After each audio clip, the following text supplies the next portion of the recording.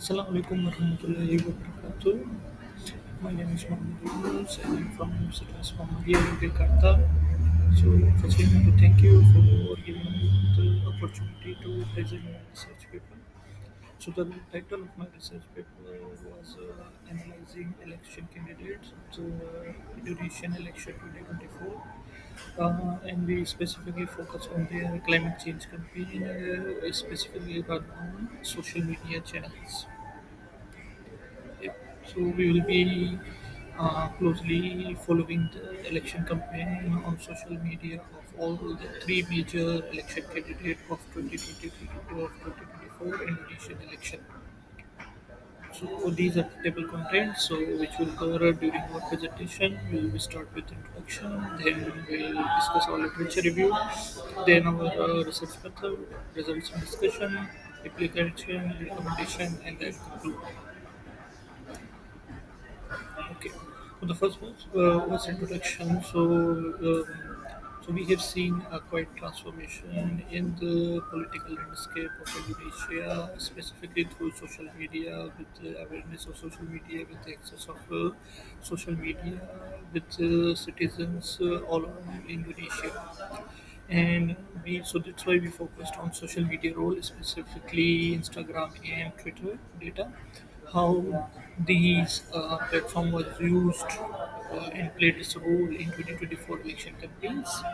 And we in our research aim to analyze the candidate digital campaign strategy specifically on climate change.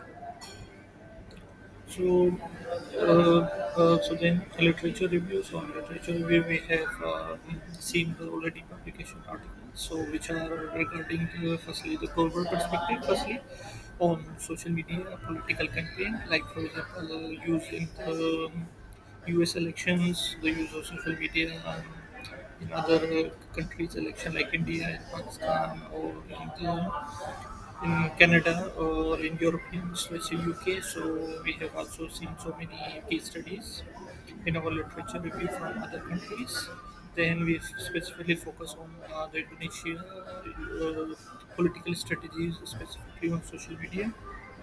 And then we also highlighted some publications regarding the analytical approach to social media campaign analysis. So, based on our data, our objectives, so we have choose the research method qualitative because we have the qualitative data from social media. So our data source was mainly included from social media, but we also get data from other websites, specifically news websites, also for getting more enriched data for analysis. And the third one was we use the NVivo software, which is specifically used to analyze the qualitative data. So we use NVivo for content coding and finding patterns and recognize it through its different analysis techniques.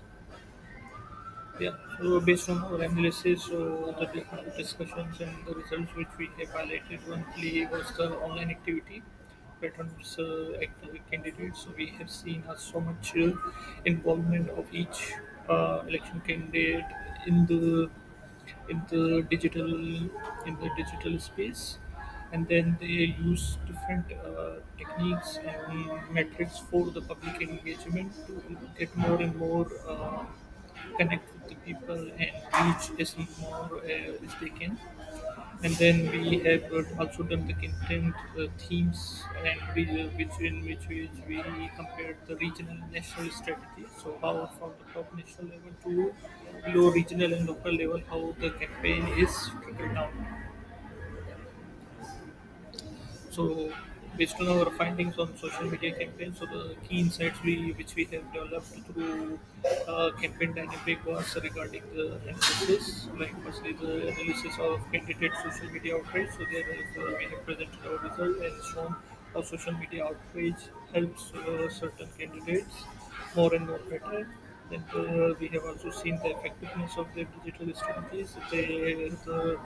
The social media campaign actually turned into physical vote for the candidates.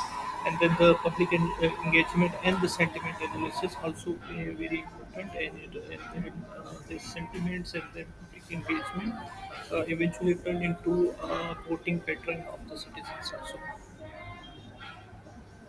So to conclude, so we have based on our studies, so we concluded to four following points, so which we presented as recommendations and implications. So firstly, the voters should thoroughly investigate each candidate background, track record, and future objectives.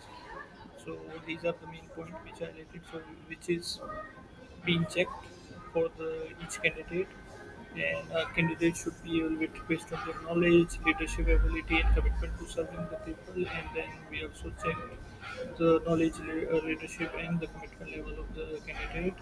Then the candidates prioritization of policy and public interest or personal benefit. Also, we have seen one of the factors in the successful social media campaign.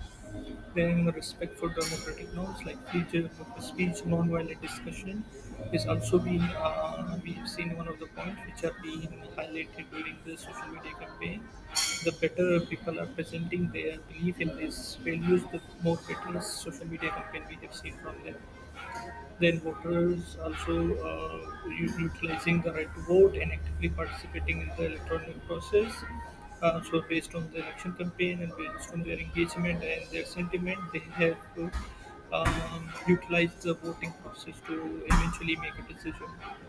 In the voter education and awareness regarding the climate change campaign is also been developed, and and we have seen that it has a certain amount of impact on the voter turnout and involvement also. So people care for this specific campaign also.